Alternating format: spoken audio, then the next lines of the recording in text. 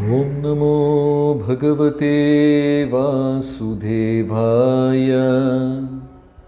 नारायणं नमस्कृत्य नरं चैव नरोत्तमं देवीं सरस्वतीं व्यासं ततो जयमुदीरये। जय श्री कृष्ण चैतन्य प्रभु नित्यानंद श्री अद्वैत गदाधर श्रीवासदि गौरभक्तवृंद। हरे कृष्णा कृष्ण कृष्ण हरे हरे, हरे राम राम राम हरे हरे। हरे कृष्णा அனைத்து பக்தர்களுக்கும் என் மிக பணிவான வணக்கம். எல்லாரும் மாயப்பூர் போகிறோம். அப்போ கொஞ்சம் அதனுடைய சிறப்புகள் தெரிஞ்சு வச்சுக்கிறது நல்லது. நிறைய பேர் மாயப்பூர் ஏற்கனவே போயிருப்பீங்க. நம்ம பூமியில் நிறைய புண்ணிய தலங்கள் உண்டு. இப்போது புராணங்களில் என்ன சொல்கிறாங்கன்னா, உஜ்ஜைன், அயோத்தியா, காஷி, பத்ரிநாத், துவாரகை, இந்த மாதிரி ஏகப்பட்ட புண்ணிய தலங்கள் உண்டு. அங்கே நம்ம போய் ஒரு நாள் செலவு செஞ்சால் கூட, ஒரு நாளைக்கு தங்குனா கூட மோட்சம் கண்டிப்பாக கிடைக்கும் அப்படின்னு சொல்கிறாங்க. இந்த மாயப்பூர் நவத்வீப் தாமம் ரொம்ப வித்தியாசமானது. இதை ஔதாரிய தாமம் என்று சொல்வார்கள். தமிழில் கூட அந்த வார்த்தையை உபயோகம் செய்வோம். என்ன உனக்கு ஔதாரியமா அப்படின்னு கேட்போம். ஔதாரியம் அது ஒரு அழகான சமஸ்கிருத வார்த்தை. ஔதாரியம் அப்படின்னா நமக்கு யோக்கியதை இல்லைன்னா கூட நமக்கு கொடுத்துருக்குறாங்க அப்படின்னு அர்த்தம். இப்போ பத்ரிநாத் போகணும்னா ரொம்ப தவம் பண்ணின அந்த ஒரு வலிமை இருக்கணும். அந்த இடம் தவம் செய்வதற்கான இடம்.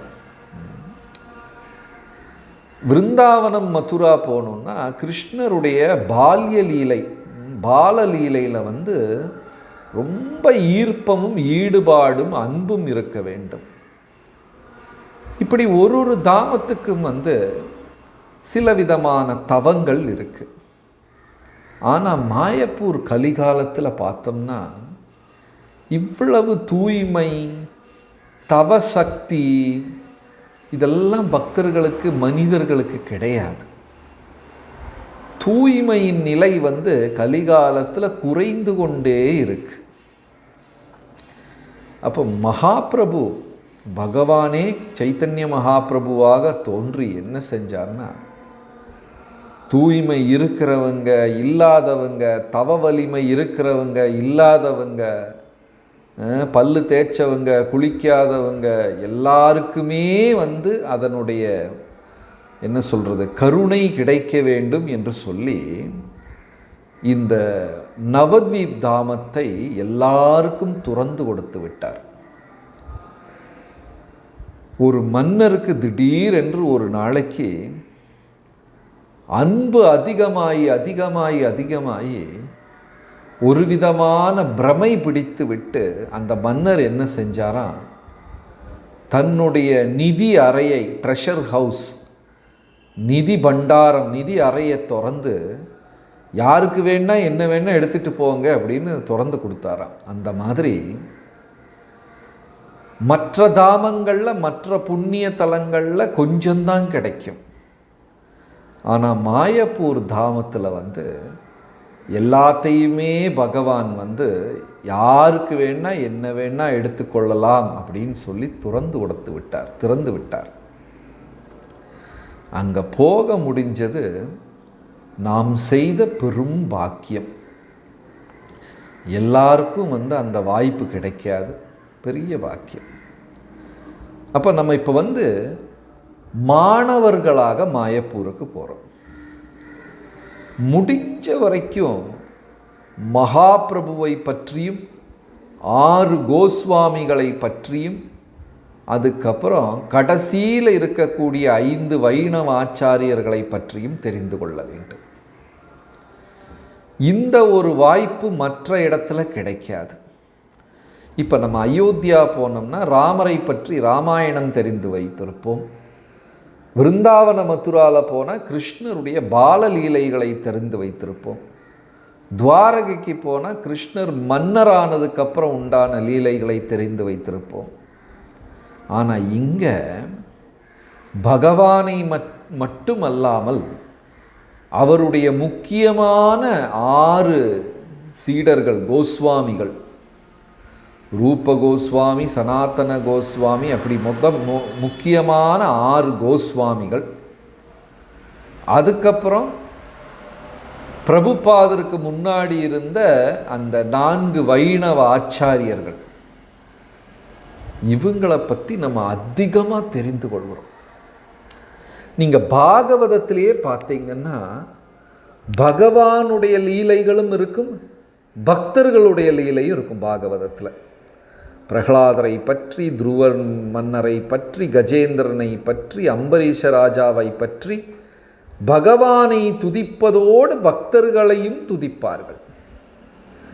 பகவானை துதிக்கும் பொழுது நமக்கு பக்தி உண்டாகும். பக்தர்களை துதிக்கும் பொழுது நமக்கு வாழ்க்கையின் பாடங்கள் உண்டாகும். ஓ, நம்மளும் இந்த மாதிரி செய்யணும், நமக்கும் இப்படி செய்ய முடியும், அப்படி பண்ணலாமே, அப்படி என்ற உற்சாகம் நமக்கு கிடைக்கும். அப்போது இங்கே நம்ம போகிறது இந்த குறிப்பாக பிரபுபாதருக்கு முன்னாடி இருந்த அந்த 4 வைணவ ஆச்சாரியர்களை பற்றி அதிகமாக தெரிந்து கொள்வதற்கு. பிரபுபாதருடைய குரு பக்தி சித்தாந்த சரஸ்வதி டாக்கூர், அவருடைய குரு கௌரகிஷோர் தாஸ் பாபாஜி மகாராஜ், அவருடைய குரு பக்தி வினோத டாக்கூர், அவருடைய குரு ஜெகநாத் தாஸ் பாபாஜி மகாராஜ்.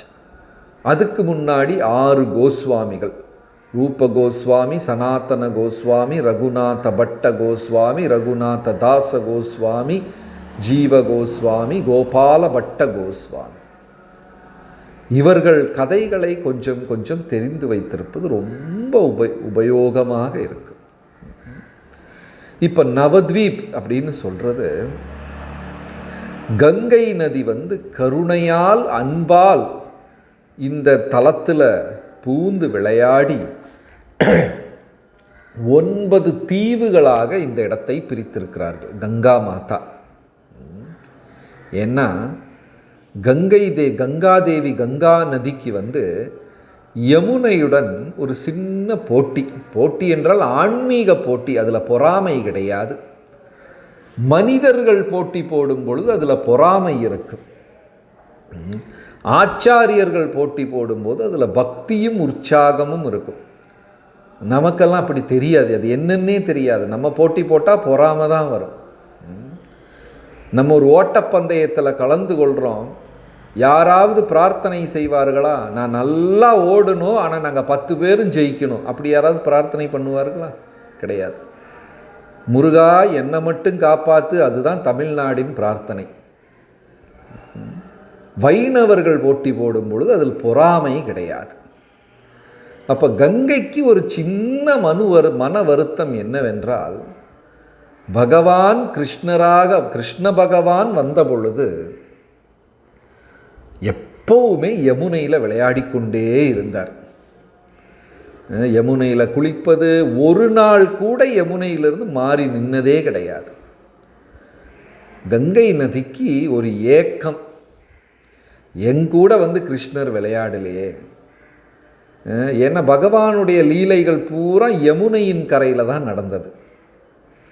ஹஸ்தினாபுரம் யமுனையின் கரையில், மதுரா யமுனையின் கரையில், விருந்தாவனம் யமுனையின் கரையில். கிருஷ்ண பகவான் எந்த லீலையுமே யமுனா நதியின் கங்கா நதியின் கரையில் செய்யலை. அதனால் ஒரு வருத்தம், ரொம்ப கவலையாக இருந்தாங்க. அப்போது பகவான் அனுக்கிரகம் செய்தார். சைத்தன்ய மகாபிரபு வரும் பொழுது சதா சமயம் எல்லா நேரமும் உன்னுடனே விளையாடி கொண்டிருப்பார் அப்படின்னு சொல்லி கங்கைக்கு அனுக்கிரகம். அதனால் கங்கை அந்த நாளுக்காக ரொம்ப ஏக்கத்துடன் காத்து கொண்டிருந்தார்கள். என்னைக்கு மகாபிரபு வருவாங்க, என்னைக்கு அந்த விரகம். நமக்கு கூட கொஞ்சம் விரகம் இருக்கும். எப்படா டேட் வரும், மாயப்பூர் போகலாம், எப்போ போகலாம். சில பக்தர்கள்லாம் இன்னிலிருந்தே பேக்கிங் ஆரம்பிச்சிருப்பாங்க. அந்த துணி எடுக்கணுமா, இதை எடுக்கணுமா, அங்கே அதை வாங்கணுமா, இதை வாங்கணுமா. அந்த ஏக்கம் பக்தர்களுக்கு இருக்கத்தான் செய்யும். நமக்கே அவ்வளவு ஏக்கம் இருக்குன்னா கங்கா நதிக்கு எவ்வளவு ஏக்கம் இருந்திருக்கும். கலியுகத்தில் சைத்தன்ய மகாபிரபு என் கரையில் என் நீரில் விளையாடுவார் அப்படின்னு தெரிஞ்ச உடனே அந்த நாளுக்காக ரொம்ப ஏக்கத்துடன் கங்கா நதி காத்து கொண்டிருந்தார்கள். அந்த ஏக்கத்திலேயே நவத்வீப்பில் வந்து விளையாடுவாங்க. கங்கா நதி நேராக போகணும் கங்கா நதி. ஆனால் நவத்வீப் வந்தாச்சுன்னா என்ன, சுற்றி சுற்றி சுற்றி சுற்றி சுற்றி அதுக்குள்ளேயே சுற்றி கொண்டு இருப்பார்கள். சில நேரம் அப்பாவிடமிருந்து ஏதாவது ஒரு வேலை கிடைக்கணும், பிள்ளைகளுக்கு ஏதாவது கிடைக்கணும், புதுசாக ஏதாவது அன்பளிப்பு இல்லைன்னா ஏதாவது பொருள் கிடைக்கணும். கேட்கறதுக்கு தைரியம் இல்லை. அதனால் அந்த பிள்ளை என்ன செய்யுமா, அப்பாவையே சுற்றி சுற்றி வந்து கொண்டு இருக்கும்.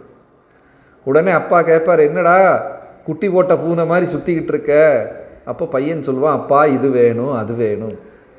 அதே மாதிரி ஒழுகி கொண்டிருந்த கங்கா நதி நவத்வீப்பில் வந்த உடனே அங்கேயே சுற்றி கொண்டிருக்கிறார்கள். ஏன், மகாபிரபு என்னைக்கு வருவார் என்னைக்கு வருவார்னு. அந்த கங்கா நதி பலவிதமாக பிரிந்து விளையாடி அந்த இடத்தை 9 துண்டுகளாக பிரித்து விட்டார்கள். நவத்வீப் 9 தீவுகளாக அதை பிரித்து விட்டார்கள். இந்த 9 தீவும் நவவித பக்தி தரக்கூடிய சக்தி படைத்தது. ஒரு தீவில் பிரார்த்தனை செய்தோம் என்றால் நமக்கு ஸ்ரவணம் அது கிடைக்கும். இனி ஒரு தீவில் பிரார்த்தனை செய்தால் நமக்கு இது கிடைக்கும், கீர்த்தனம். இப்படி 9 விதமான பக்திகள் நவத்வீப். இங்கே வந்து ஆச்சாரிய பெருமான்கள் கூட அதை பற்றி ரொம்ப புகழ்ந்து பேசியிருக்கிறார்கள். ஒரு தாமரை உருவத்தில் இந்த நவத்வீப் இருக்கு.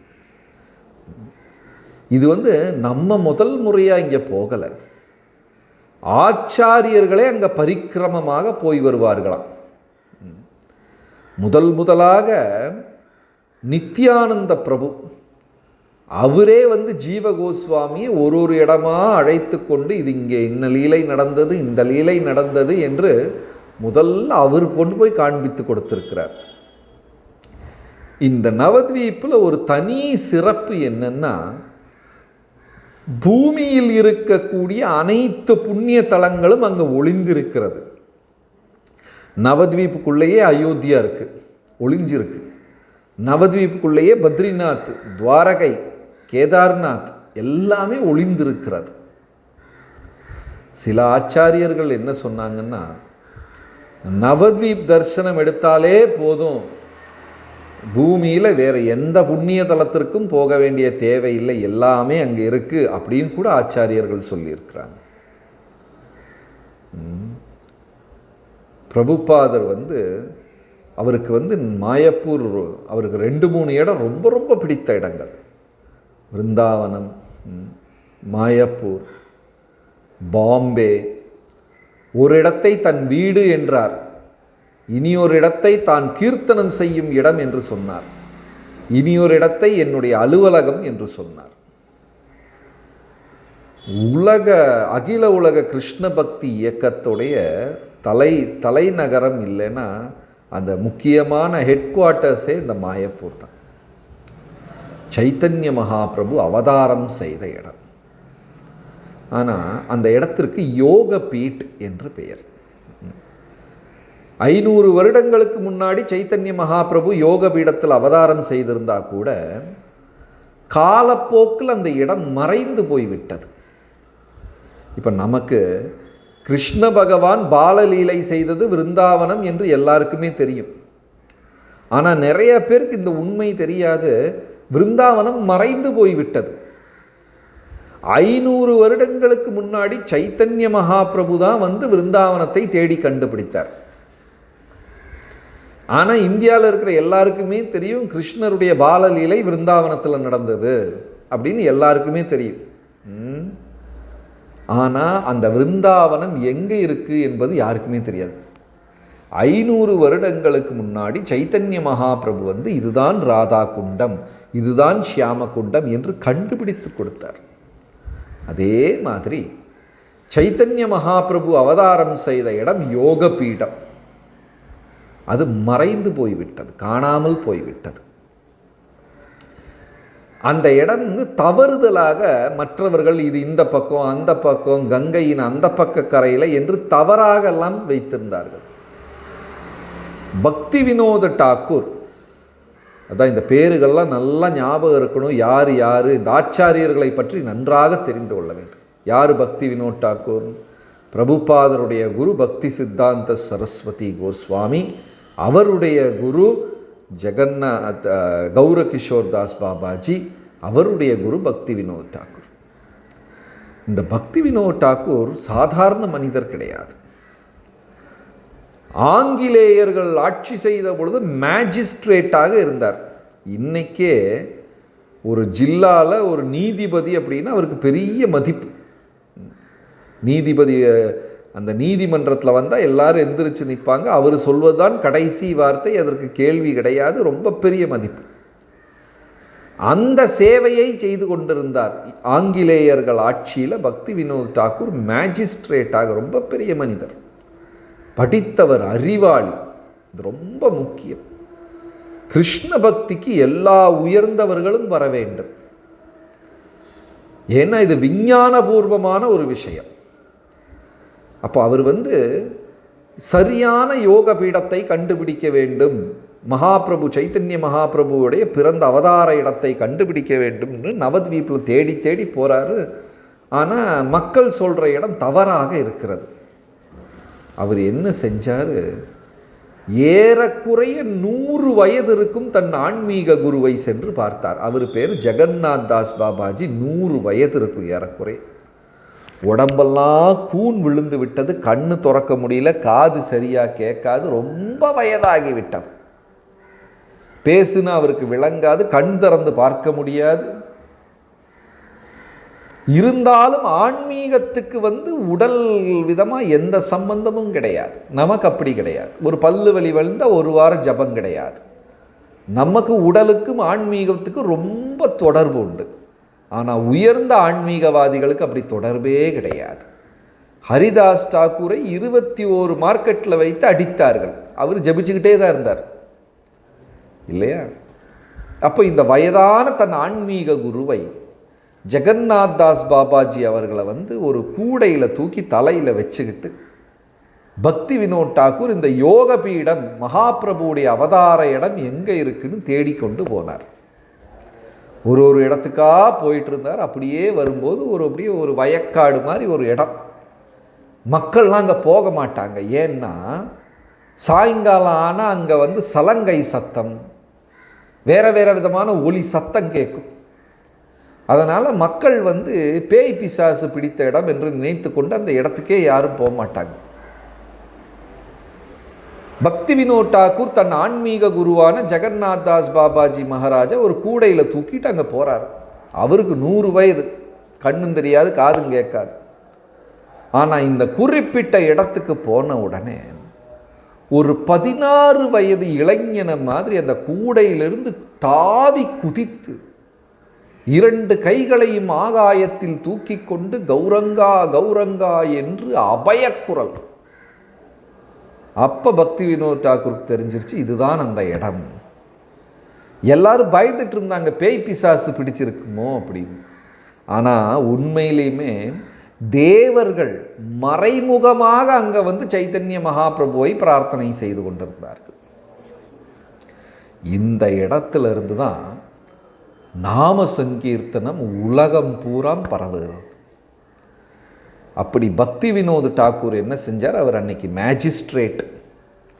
அவர் என்ன செஞ்சார்னா வீடு வீடாக போய் ஒரு காசு அவங்க கிட்ட இருந்து தானமாக பெற்றுக்கொண்டு, ஒரே ஒரு காசு, அதிகமாகலாம் வாங்க மாட்டார். ஒரு இடத்துக்கு போய் ஒரு காசு தானமாக பெற்று அங்கே அழகான ஒரு சிறு கோயிலை அமைத்தார். மகாபிரபுடைய அவதார இடம். அப்போ மாயப்பூர் போனோம்னா நிறைய இடங்கள் நமக்கு பார்க்க வேண்டியது இருக்குது. குறிப்பாக சைத்தன்ய மகாபிரபுவை பற்றியும் 6 ஆச்சாரியர்களை பற்றியும் 5 ஆச்சாரியர்களை பற்றியும் 6 கோஸ்வாமிகளை பற்றியும் நாம் தெரிந்து கொள்ள வேண்டும். மாணவர்களாக போய் இதெல்லாம் படித்து வரணும். ஏன்னா இது ரொம்ப நம்ம வாழ்க்கையில், ஆன்மீக வாழ்க்கையில் இந்த இடம் மிகப்பெரிய உற்சாகத்தை நமக்கு தரும். ஹரே கிருஷ்ணா. எல்லாருக்குமே ஏகாதசி நல்வாழ்த்துக்கள். இந்த வாரத்தில் நடுவில் 2-3 நாளைக்கு மற்றபடி மாயப்பூரின் மகிமைகளை பகிர்ந்து கொள்வோம். வணக்கம். ஹரே கிருஷ்ணா.